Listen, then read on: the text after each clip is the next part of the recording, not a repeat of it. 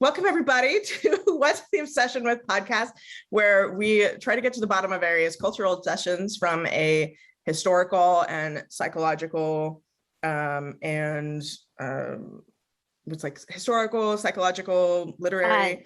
Basically, try to figure out why are people so into the thing? Whatever the thing might be.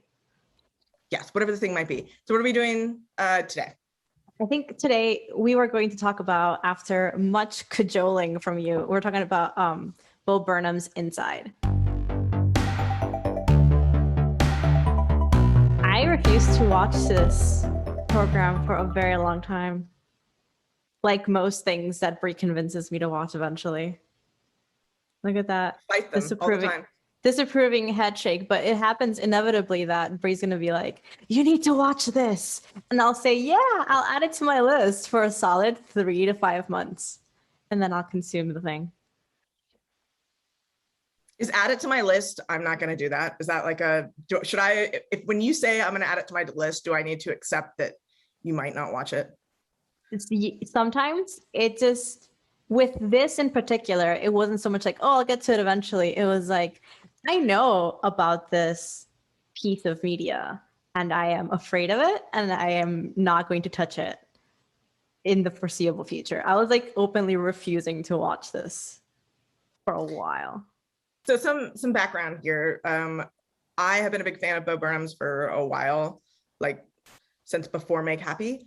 So I'm familiar with this particular brand of comedy that also breaks into your house in the middle of the night and like rips your heart out of your chest and like holds it up for you to look at. He's always got this little way of like kind of working stuff in. So I've been familiar with it. I've been a fan for a really long time. And he recently released this, I wouldn't call it comedy special. I would just call it a special on Netflix called Inside. It is currently up for 6 Emmys. Hopefully, probably when we release this, we may already know if it won. Because we're that slow at releasing things. If we're that slow at editing, it depends. But he's currently nominated for 6 Emmys. It was really great. It's on Netflix. If you haven't seen it, why are you watching this? That's the thing. If you haven't seen it, what are you doing here with us? I watch a lot of reviews of things I've never consumed. So that might be. Okay, that's good. So I have been a fan for a really long time, and my old roommate had gotten me into him. And so of course, as soon as it came out, I delayed it a little bit just because, you know, I think it took me a couple weeks to watch it, but it was just, I'm familiar with like, it's gonna make me feel weird because the stuff always does. And then I dived in and it's absolutely brilliant. It's amazing. That's why we're gonna talk about it today. So I understand your hesitance. And I mentioned my history with him because you're not a fan at all, right? You've never really seen. So here's my background. I knew his name and knew that I had seen some of his stuff. And if you tell me Bo Burnham, all I think of is like the skinny white guy who I sometimes confuse with Demetri Martin. And that part in one of his specials, which I could not name, where somebody's like, I love you. And he's like, you love the idea of me. And that's like the extent of what I know about this man. That's it. But I know about Inside to the extent of the internet lost its absolute mind and went into deep, dark places of generational trauma. And I was like, I'm not in a place to consume this right now. So I think I straight up at some point told you, like, you know what? I can't actually do that right now. I'll get back to you when I can watch this. Yeah. It's funny that so many times when I was kind of looking sort of in preparation for this, or sort of looking at the general feedback and comments that people were posting on Twitter and stuff and different reviews. And it was really hilarious to see people say, oh my God, it was so great. And then someone say, hey, I've been seeing that on Netflix. So I check it out, like in replies. And then people are like, how are you doing mentally? Are you in a good place right now? It's just a bananas way to respond to like, and people are like, is this a comedy special? Why are you asking me how I'm doing mentally and if I'm okay to handle this? And it's like, you know, you feeling okay? Like you're drinking enough water? Like you've been taking your meds? Like how are you doing? You know, I'm not gonna say it. There are things that bring us back to a bad place, and this could definitely be one of those things, because the way in which he presents. It's a musical special. I don't think we said that. He's a musical comedian, so I think maybe that's why I confuse him with Demetri Martin, because he's also a musical comedian that's a lanky white guy. So, Okay, I think we have enough lanky musician comedians. We got a we've white lanky reached this musician comedian. quota. Yeah. But the way in which he presents it and the setup of him being, you know, trapped in this room as all of us were and are, depending on what the situation is right now, who knows, we might be locked up again, is very real in a very presentational way. I'm getting academic. Talk me out of it. Yeah, I think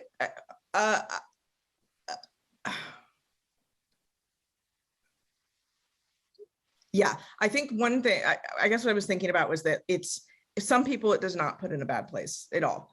And some people watch it and go, what the hell's wrong with all you guys?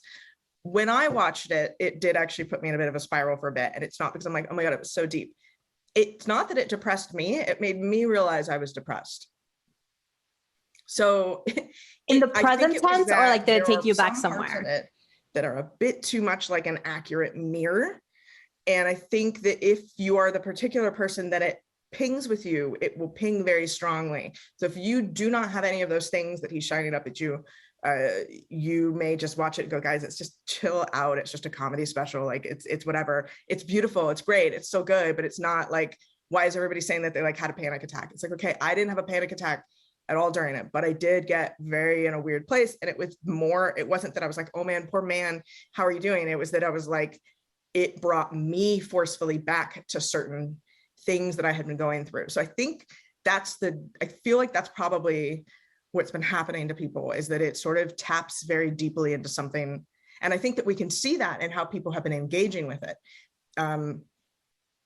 My friend, I don't want to take credit for this line, but he watched Inside with me the other day, and he recognizes so much of the audio down to his laugh that they have been using and pulling apart and doing on TikTok. If you are on TikTok right now, it's literally Bo Burnham, the app. It is.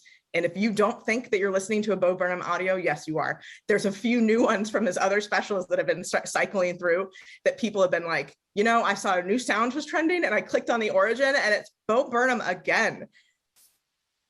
And it's like, he manages to tap into this, like, I don't know, that was just a ramble about that. But the point is he's basically taking over TikTok right now. And my friend had this term that he said basically it's been stripped for parts. And he's like, every inch of it has been used. They're using the like rims, they're using the bolts on the tires, they're using the rubber, that they're literally have taken it down to its core and I guess remade it and restructured it for them and stripped it and changed the audio. And it's just been really interesting seeing how people have engaged with it on such a personal level. And I just wonder if that ties into like how people have related to it as well. I don't know. It's just kind of interesting to watch it. Like when I saw that happening on TikTok, what my immediate response was, does he hate that this is happening? Like, isn't this exactly what everything was pointing a spotlight at, and like the content of it all? It made me remember like when the Hunger Games movies not first came out, like as they were coming out, all of the merch and the Capitol themed makeup that was like absolutely missing the point is what I felt was happening. And I didn't feel like, oh, these people. I was like, no, this is what we do when you give us something and we're like, yes, this is something I can relate to and this is something that makes sense to me. Then we pull it apart, right? We take it for parts and we transform it into content again. Yeah, he says that in one part where he's like, maybe next time I'll sit on the couch and watch you next time. Mm-hmm. There's a part at the end and it's like, did he know this is going to happen? I mean, some backstory on this is, so Bo Burnham began as a YouTube comedian. He was like 15, 16, posting kind of edgy, kind of funny songs to his YouTube. A lot of them are still up, some of them are not. And he started there and he went viral. He was kind of one of the first people to go viral that way on YouTube. It's really in the beginning. And then from there, as he grew up, he became more of a comedian. He started doing comedy tours. He put out a couple specials on Netflix. Then he retired from performing because of his anxiety, and he was getting panic attacks on stage. And He just has some mental health issues.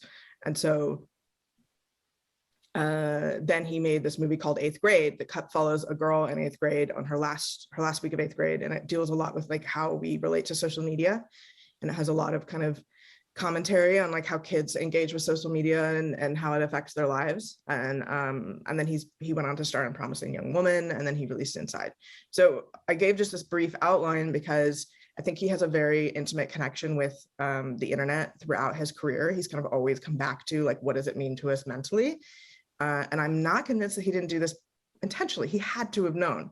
Like, I don't want to say like, you wrote some bangers, you had to have known that we'd rip it up, but he's not just like a weird artist that emerged from the woods somewhere, right, and made something really resonant, and he just happened to do that. It's like, this guy's like, not only has he been on the internet since he was a kid and been involved in it, he's made a movie, like an award-winning movie that's about how kids engage with the internet and how they kind of perform authenticity. And it has a lot of really, if you haven't seen 8th Grade, I highly recommend it. It has like 99% on Rotten Tomatoes. It's not that means anything, but it is just genuinely a great movie. But it does touch on how kids, use that. So he knows what he's doing. And so sometimes when I look at that, I'm like, he looks like a bearded mountain man that has come out of like reclusion, seclusion to kind of like, what it made me think of immediately? Remember, what's the painting about the woman coming out of the well to shame mankind? Truth coming out of her well to shame yes. mankind. He is not truth coming out of the well to shame mankind. He's been with us, with this internet culture. He knows, like, I wouldn't be shocked if I don't know. So that's kind of my thing, is everyone's like, oh, he would hate this. I mean, to tie on this, oh, he would hate this. It goes against everything he stands for. But I keep thinking, I'm like, he's not a grandpa living in the woods. Like, he knows probably more about technology and the social media than any of us do. I didn't. I had the first part of the direction and not the second one. And it's probably to do a lot with, I don't follow this person in particular. I follow a lot of people. He's not one of them.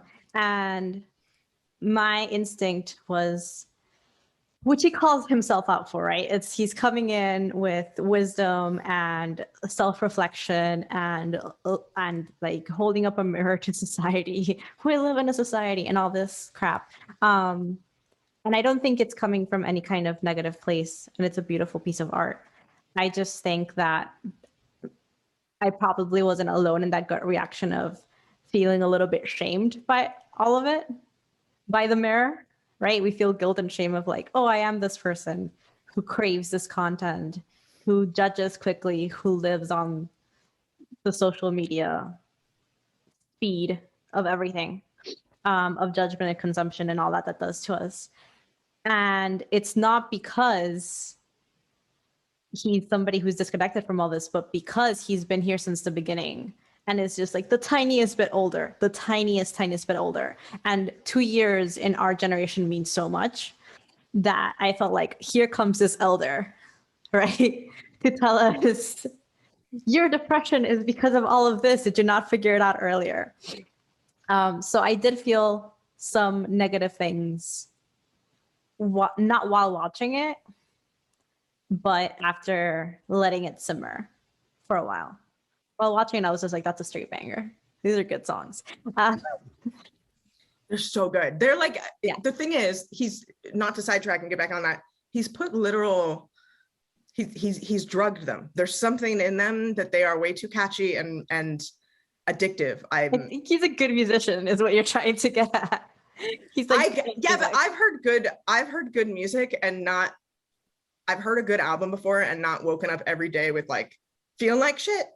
Like every day in my head that the song, it's like, geez, get out of there. And they're like earworms. You know what it is? There's good music and there's earworms. I think that part of that has to be because he's not a musician my head keeps comparing him to Hozier, which is a very strange comparison to make, but you keep talking about like coming out of the woods and making us feel things. And that's what Hozier does, right? We see this man who isn't coming out of the well to shame mankind. And Hozier is just as millennial as all of us, right? As everybody in this conversation. Yeah. But there is this sense of etherealness to him, and he's coming from outside to gift us poetry and sapphic vibes and leave. And Bo Burnham is not doing that. He is giving me some sapphic, but I don't know. There's some. No, he is, but he's not an external person. He's more like he was with us and then he went underground and got gritty and came back out and is like, this is what I've learned about our truth, which is why there's more negative feelings in that art personally than there is in something like Hozier's like metaphors and things like that. And they're both calling out things in society, but one feels so much more like a personal call out. And then there's also the fact that you're talking about how catchy it is and how earwormy his music is. And I think it's because he doesn't come from, I'm a musician, he's an internet star, right? Whatever that has meant all these years. So the way I would imagine he understands art and music is virality, right? So maybe the way that he composes intrinsically includes what's going to stick in your brain like a barnacle. I think one thing I saw people pointing out and they were getting kind of annoyed about, where they were like, oh, wow, like the song actually sounds kind of familiar. This hook sounds a bit like this other country song. And I was like, yeah, it also sounds like this country song. It sounds like this one. And they're like, this sounds just like this one Ariana Grande song. Like they were listening to FaceTiming with my mom tonight. And I was like, yeah, it also sounds like this song. There's like 3 other songs that he definitely borrows from it. And it's like, it's not that it's original. It's that a lot of music uses the same kind of elements repackaged. It's not uncommon. It's not people stealing from each other. It's just like there's a lot of songs that this musician makes that sounds like this. What's that commonality? And I think he's always been really good at like, not Weird Al, although it's funny that he compared himself to Weird Al, but like it's almost, his songs are good, but they are also parodies of the genres that they are in. And so they managed to like distill. So like, I think that funny feeling is like somebody took a folk song about kind of the end of the world and then like put it on a stove and let it simmer for like an hour. So they like distilled it down to like its most concentrated form. So it's like, yeah, it sounds familiar. He's basically taken things that are used in a lot of this kind of stuff and distilled it. And that distilled nature is really concentrated. And so that could be why it's just going straight into our brain, because it's like, this is pop music concentrated, or this is like, you know, this is an existential bop concentrated. This is disco synth, and it's like so refined and just stripped to its parts that I think it's just straight in there. And it's because he's probably he's not that he's not being earnest, but he's not just creating an album from just a place of like, I want to create good music. He's specifically using it as social commentary. I think that's a difference. Like it's a commentary on the genre of music that he's making. So he has more leeway to like, I don't know, inject it with straight crack. I don't know what to say. It's just like, I don't know. I think I'm done listening to it. Then I'll just like hear it. And I'm like, I could listen to this song on repeat for like an hour. And it's just like sometimes just like one line that just like torments you for a while. And that's the thing. I see it's gonna come off like I really didn't enjoy this. And I really did. It's really good. And it really touched me. I think that the experience of it is when you eat something and it's delicious, but it's got a bitterness to it that stays in your mouth. That was my experience of watching that special. Is I watched it was Bob. I was immediately thinking of like, okay, all these memes make sense now. But then you're in your car and it's tormenting you. You're going to buy something on Amazon and you're like, I'm a piece of crap. So it's a little bit like his expressions of self-loathing that I don't think are, or I hope are not how he currently feels, but is what is coming off in his music. His expressions of don't we all suck a little bit are very sticky in the same way that the music is sticky. Another point that I do want to touch on is the performance aspect of it. And do you think that this is worth us even discussing? Because when he's an artist, he's an actor. It's clearly a performance piece. There's a lot of debate sort of online about like the authenticity of it. And I have some pretty strong feelings about that regardless. I think you've said this, so I don't want to steal it from you because you've said it before, but I don't think it has to be real in that moment to be authentic. Yeah. I think it's like art doesn't have to be real to be honest. Yes, but it's not just that. I don't think that those are not his experiences. I don't think that what we're seeing is not how he felt. It is an artistic expression of what probably looked like a young guy unable to get out of bed. obviously when he was feeling the emotions he's singing about, he was probably looking like the couch potato that we've all been at some point, in and out of the panini. But I don't think that makes, I don't think the fact that he's hopefully, all my best vibes, recovered from some of that, you know, mental health and emotional turmoil, to be able to put words to what that felt like and express it so that we can be like, yeah, me too. But I think if we all think back to whatever those songs or those jokes are reminding us of, we weren't standing on soapboxes or having deep discussions. We were like probably on our last clean bowl, eating cereal for the 5th night in a row. So I think that it is authentically him being able to express what it feels like to be alive right now in our generation, without the block of being in the middle of it, right? Like you can't say those things when you're in the middle of it, but when you come out of the well or the cave or whatever it might be, and you express it, if what you're saying is that some people are saying it's performative or fake, like, yes, he's an actor. He's performing.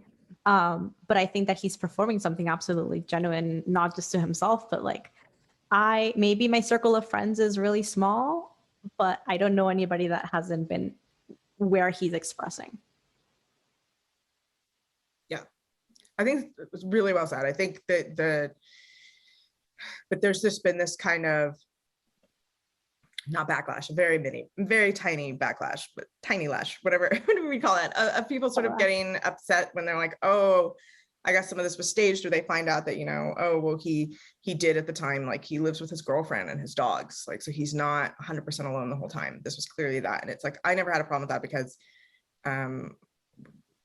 we've seen his that performance recording they thought he left they thought he lived in the shed, like for real? Yes.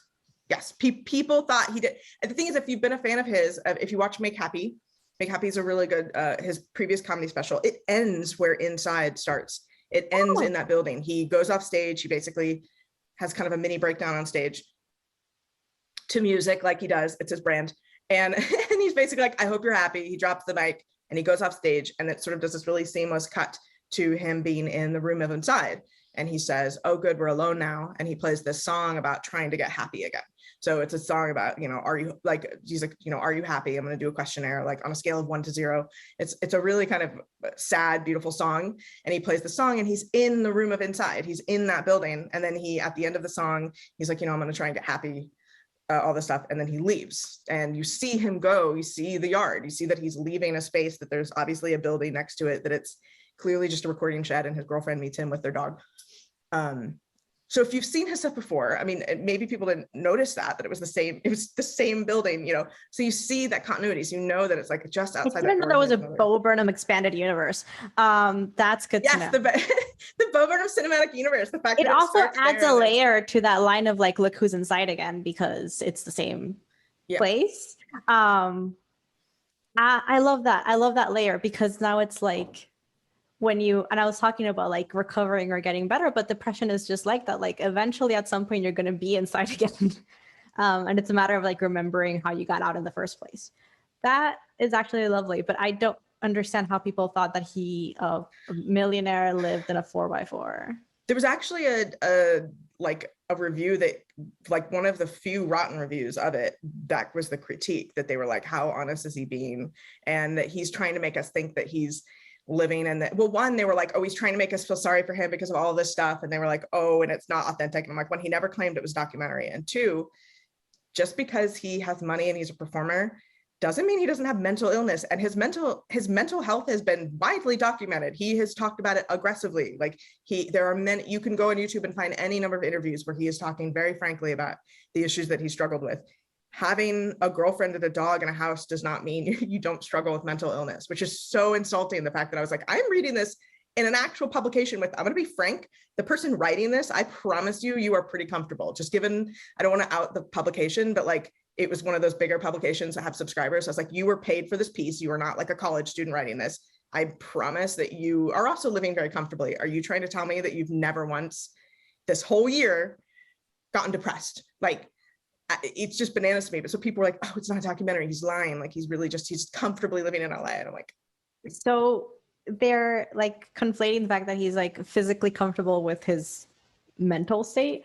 I mean, I was surprised that he was even apparently probably like his home space, like probably like a back house or a shed or something he has, and not like a studio that he was going to every so often. It's in his house. It's like his garage. It's like a garage, right? So I'm like, he just carved out the space the way that people with privilege like us can do, of like having a recording space to externalize what it feels like. I don't know if I was being too hoity-toity, but I was like, okay, so this room is his mind. That was my immediate reaction. Like, this room is the representation of where he's living right now, you know, and sometimes it's really empty and sometimes it's like a disco and sometimes it's a hot mess. Most of the time it's a hot mess. Yeah. You could see like the cables and his bowls of food and stuff. And like his mind palace is a shed in the back of his house. I think that it's disingenuous and clickbaity to be like, oh, he's lying to us because he performed. He's a performer. like what? I don't. That the question doesn't compute. Like, no, that's not even discussed. That's just silly. Well, I think what it is that people were thinking that, okay, if that isn't true, then he wasn't really struggling with the things that he was outlining. But what if he wasn't? But I think the reason why people connected with it so much was it was very obvious that it was coming from a place of truth. There were things that he did that he pointed out, or like little subtle aspects that people have. Like, when I was looking on Reddit looking for reviews of this, people would have different kind of mental, different kind of mental health groups on Reddit. People commented, but like, this was a really subtle note that, like, I don't know if people who didn't suffer from this would have noticed that. Like, that this is like if you suffer from panic attacks, this is kind of exactly how they come on. Or if you do that, like, there were little subtle things that were like, of course, I think people connected to the truth of that. And I think you said something earlier too, that's right, that I don't think you can articulate that truth when you're in it. You can't. So of course he had to have been somewhat out of it or removed. Mm-hmm. It's impossible to be in this sort of horrible depressive state and accurately communicate what you're going through. You kind of have to have people sort of coming out of it to describe what just happened to them in order to accurately convey, just like, I think, like, to go back to 8th grade, is it a movie 8th grade? I don't think a middle schooler could accurately make a movie about 8th grade. You kind of need somebody who's right, someone who has some perspective that can look back on it. And that doesn't mean that it's not truthful. I also think that, and I'm forgetting, there's a song or a part of a song which is about him like just being a white guy, basically. Yeah. One of his I have strong feelings that was one of the last things he input into the whole special, because it feels like a disclaimer at the top of a fanfic. Not that it wasn't a good jam, they all were, but it feels like he saw what he had made and said, people are going to say I'm feeling sorry for myself, must call myself out for being a white guy. Which, fair, people would have, and people are, regardless of whether or not he included that. But what I meant to say with all that is that I think the fact that he's conscientious about how he put this together means that he is reflecting on where he was and that he's not currently there. And I have seen art made by people in the midst of their depression or their mental illness. And it's not that that is untruthful. It's just so much harder to understand for people that aren't also in the midst of it. I don't know if I'm explaining myself, but if you make art that is about the chaos of like the experience while you're in it, it's very hard for anybody who's been able to step into the light a little bit to even remember what that was like. There's points of mental illness and there's points of depression that are near, if not completely dissociative. So if he was in the middle of it, it wouldn't look like that and it wouldn't be relatable to that many people. Yeah, I think it would have been way too specific. I think it would have been way too laser focused on his own his own battle. But I think so that's the thing, that there's a bit of a thing about it not being genuine. And I actually want to get this out here because I just love this term that I was thinking about, is the idea that I looked at it as sort of like Schrödinger's mental breakdown, that he is both having a breakdown and not having a breakdown. They are both true at the same time, and they are both happening, and that's totally fine. We do not have to parse that out. But I think even now, to listen to your description, I am leaning more towards like, okay, well, it was that, and now he's out of that. But I don't think anyone is arguing that the breakdown didn't happen at all. I think that's the thing. Some people are arguing that that it never happened. Whereas for me, I'm just like, was he currently going through it, or is it something he'd gone through past? But okay, but asterisk, because I kind of like threw it in before, but what if he didn't? What if he never experienced this? What if he's always been happy? I think how does that affect it? How does that affect the art? Like, how does that affect, if it's the same product, if it looks exactly and sounds exactly as it does right now, and we find out somebody pulls the curtain back and he's never had a mental illness in his life, what difference does it make? I don't think it does at all, because I think, again, coming back to just, it's particularly, I think his particular strength as an artist is he's really good at listening and articulating. Again, coming back to 8th grade, he got asked this a lot. If you haven't seen it, I keep referencing it. It's such a great movie, but a lot of questions he got asked on awards circuits and festivals and stuff, where people were like, I watched this movie, like women, like we were like, I watched this movie and I don't believe a man wrote this. How did a man write such a beautiful, like revealing movie about an 8th grade girl that is so sensitive and has so many elements that I remember from my childhood? And he was just like, I listened to people. He said, kids are putting their lives out there. I listened to them. I watched the videos that kids make. I talked to women in my life. I talked to 8th graders when I was working on it to make sure it felt true. He was able to articulate it in that sense. And I think that the movie feels honestly like it's mortifying. It's way too personal. It is so exactly my 8th grade experience. But he was never an 8th grade girl. He was never a girl, and he was never an 8th grade. And he was never an 8th grade girl now. He articulated that very accurately and very emotionally and very personally. I don't have any issue squaring that, where I'm like, okay, yeah, I'm not in denial about the fact that Bo Burnham wasn't an 8th grade girl. He still was able to make this piece of art that felt very true and honest about it. And it has to do with the fact of like, an artist is interpreting and showing us the world in a certain way. So I think that it's maybe harder for people who haven't personally experienced it, or easier, actually, now that I think about it. Maybe he was the best one to articulate that because of his sort of distance from the source material. So I don't know. Answer your question, no, it wouldn't affect it at all. Even though we know that he has suffered from mental illness and stuff. I'm just saying, given his past work, if he somehow came out and said he was happy, I would just be like, yeah. What about for you? No, it wouldn't affect it at all. We want to, even though Bo Burnham's kind of like the face of like, don't do parasocial relationships, he knows that they're inevitable. I think he's talked about it before. It's just an inevitability of the lives and that we have now, is that you will form parasocial relationships, and the kind of work he puts out just produces them, right? But I don't think that it's his responsibility to have been depressed to talk about depression. Mm-hmm. I don't think if it rings true, if it helps us talk about it, if it's relatable, it matters whether or not he experienced it. I don't think he owes us having been depressed or anxious or anything like that. It's not something that everybody's going to agree on. It's not something that generationally we're okay with, because we grew up with, don't talk about it if it didn't happen to you. Sometimes that's valid and sometimes it's really not. And I don't know that you have to have experienced it to so accurately describe it. It had to have been close to you, though. So I would say if he didn't go through these things, then he probably saw somebody experience them. But at the same time, I feel like he's been open book enough that we don't doubt that. Yeah. I don't know.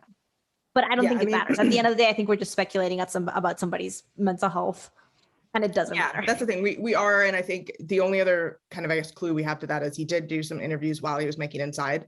So people don't know about them, but you should look it up.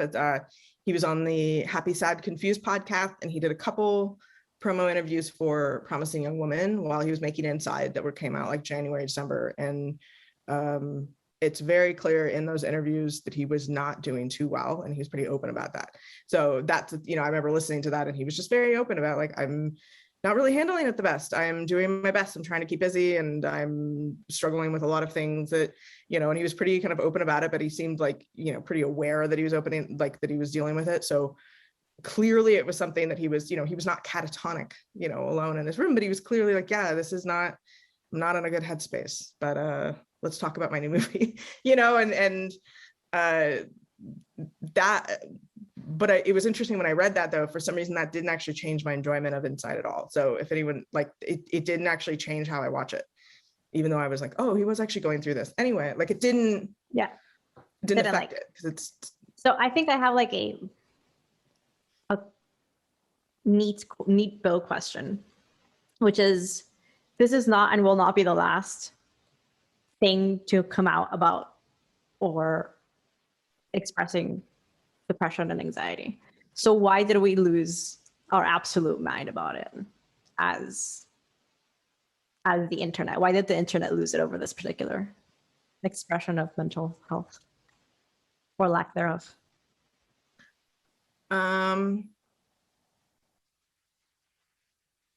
Was it just really good? Is that just the answer? It's just, it was like, I think the answer is it was really good. I think the answer is really good. I think the answer is, I think part of the answer is that when you have restrictions on art, I think it can often produce really beautiful results. And there was a big restriction on this that was a choice by him. So if we're acknowledging that he didn't have to stay in that building the whole time, right? He could have gone out. He was with his, in the podcast in question, you hear his dogs in the background. He still sounds like he's bummed out. It's not like his dogs are like, great guys, I'm actually just super happy my dog just barked. Like, he's still, like, his dogs are in the background. So clearly he even was doing other stuff outside of it. So he made a choice to frame it as him being isolated in this. And I think it represents his mind. And I think that so I mentioned that because part of the restriction was something that the government was placing on us in the pandemic, but it was also, he put a big restriction on himself. He put a big limit on himself where it all has to be filmed in this room. That was a big constraint. And I think art really flourishes from restraints and having restrictions. I think that already made it a lot stronger. And then I think it's just beautiful, but I think it also just, it tapped into, for me personally, it was because this is somebody who we've literally seen him grow up. There are videos of him online when he's 15 making songs in his bedroom alone, playing piano, making funny songs. And then now 15 years later, there's videos of him in his bedroom alone playing songs. There's a cyclical nature of it. People like things that are kind of seem like they're a complete story. I don't know. For me, it's hard for me to divorce it from my experience with him as a whole, just being a fan for a long time. It just felt like, here's somebody who I've watched grow up, watched struggle with his place with social media, watched struggle with his mental health, watched produce great art. And then now I'm seeing him in a similar place that I am, but he's able to take that kind of, he's able to turn like, okay, I'm feeling like shit. I slept until 11. I haven't showered. He's able to take that and make it a bop. And it's just intensely relatable also to my own experience. So I wonder if it's like, for me, at least, it feels intensely relatable about my own experience with the internet, what I'm specifically going through, like growing up online, being online, and then being stuck in this room. That's it. I don't know. Also, I think it just be just great. I think you nailed it. I think my answer to my question is, he's one of us, generationally speaking, and also us more intimately in the people with mental health issues community. He's one of us, and he's talented. So he's like the class representative, basically. He's saying very much what we all agree on really well. And I think that's part of why it exploded. I think that's mostly why it exploded, actually. He's just a person saying what we're thinking in a very wonderful, beautiful way. Not to get into the specifics of it, and I think we can maybe then cut it if we wanted this. One thing I really noticed about White Woman's Instagram, I know we don't want to go through every single song, but I noticed that there's a big parallel with the way White Woman's Instagram is set up to the whole show. This idea of like curating your life and then performing it for other people's consumption, and in this sort of beautiful, well-lit way.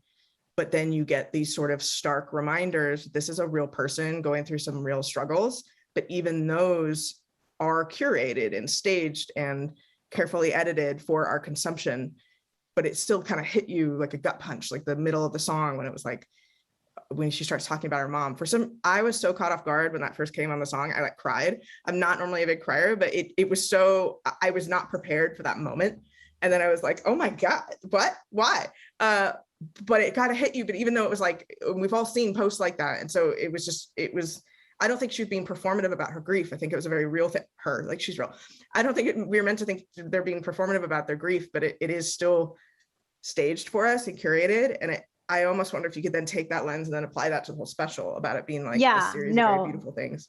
That makes a lot of sense also, because it's almost like he's saying, because I've seen those posts in the wild, right? I've seen those posts in my life. And I always wonder, like, I feel sad and I want to reach out to them. And I'm also like, thank God I've never been in a position like that. But what compels you to express your grief for other people? And I think that's maybe what he's saying. And maybe he's not answering the question. He's just saying, like, this is a thing that we as a community, as a generation do, is we do everything in front of everybody else, even our grief, especially our grief. And that's probably also something that clicked, is that there are questions without answers in the special.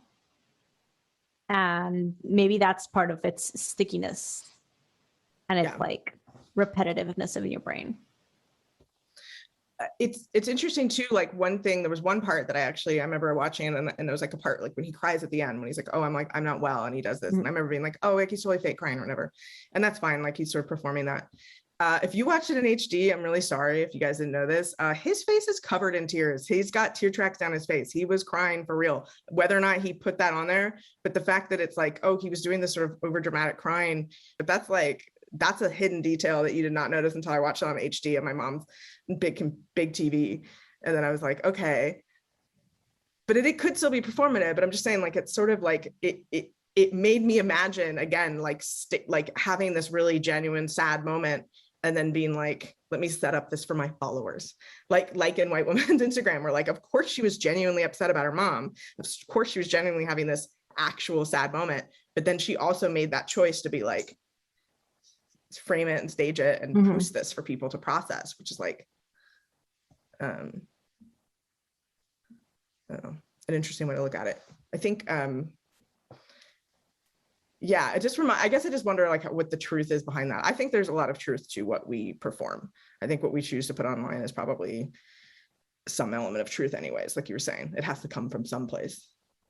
I think this is my conclusion, is I, to some extent, wish that I could live in a world and be a person that could have consumed this without questioning him.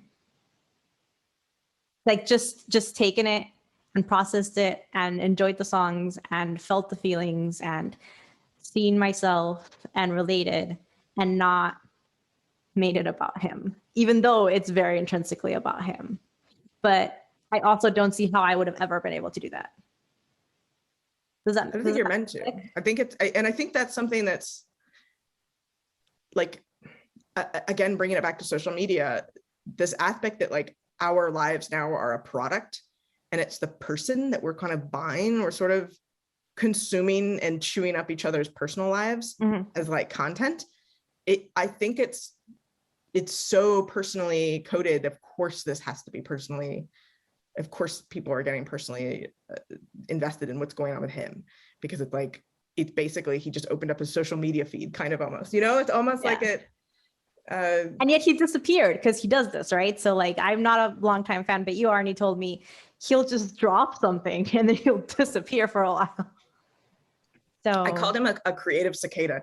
I think he creates something beautiful and then he'll just disappear for a few years and come back, you know, like after Make Happy, he's this comedian. He's kind of an edgy satire comedian. Sneak up on his old stuff if you've not seen it before. He's very kind of, you know, so he produces this kind of like edgy shock humor, and then he disappears for a few years. We don't hear anything. And then he emerges with this beautiful, sensitive movie about an 8th grade girl like going through her last week of school, and everyone's like, what?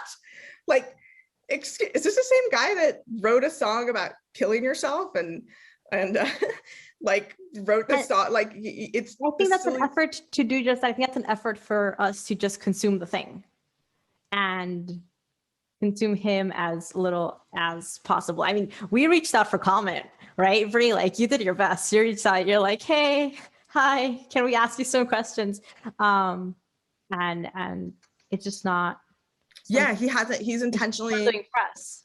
He's done no press and no promo. And this, some people have said too, it was released without a press kit. So normally you would get like a little bit of press kit with some statements about it.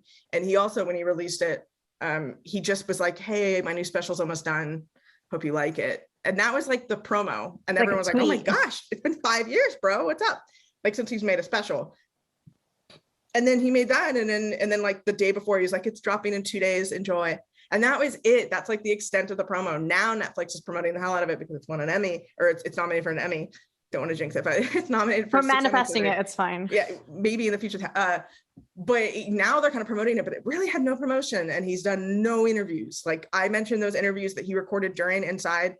That's it. And those were back in January. And he never mentioned what he was working on. So we have literally nothing from him about how he feels about the reception, what he has to say about himself. If he feels that he was revealing, like, he could come out now and say, yeah, I'm fine, guys. Like, it's not a big deal. Like whatever, but not that it matters, but we don't know any of his thoughts. So he's just like emerged from his well, emerged from his thing, just dropped it on us. And he's now retreating again. And we may not see him for another 2-3 years, and and he does something weird every time. Like, yeah, I have no idea what he's going to do now. Like, he's done a movie, he's done this. Actually, he's doing the Sesame Street music next. He wrote all the there's a new Sesame Street movie coming out in like next year, and he did all the music for that, which is bananas to me, but I think it's going to be brilliant. I mean, I'm all for it. I'm all for the performance artistic cicada lifestyle, and I look forward to whatever we see in 5 years, I guess. All right, final thoughts?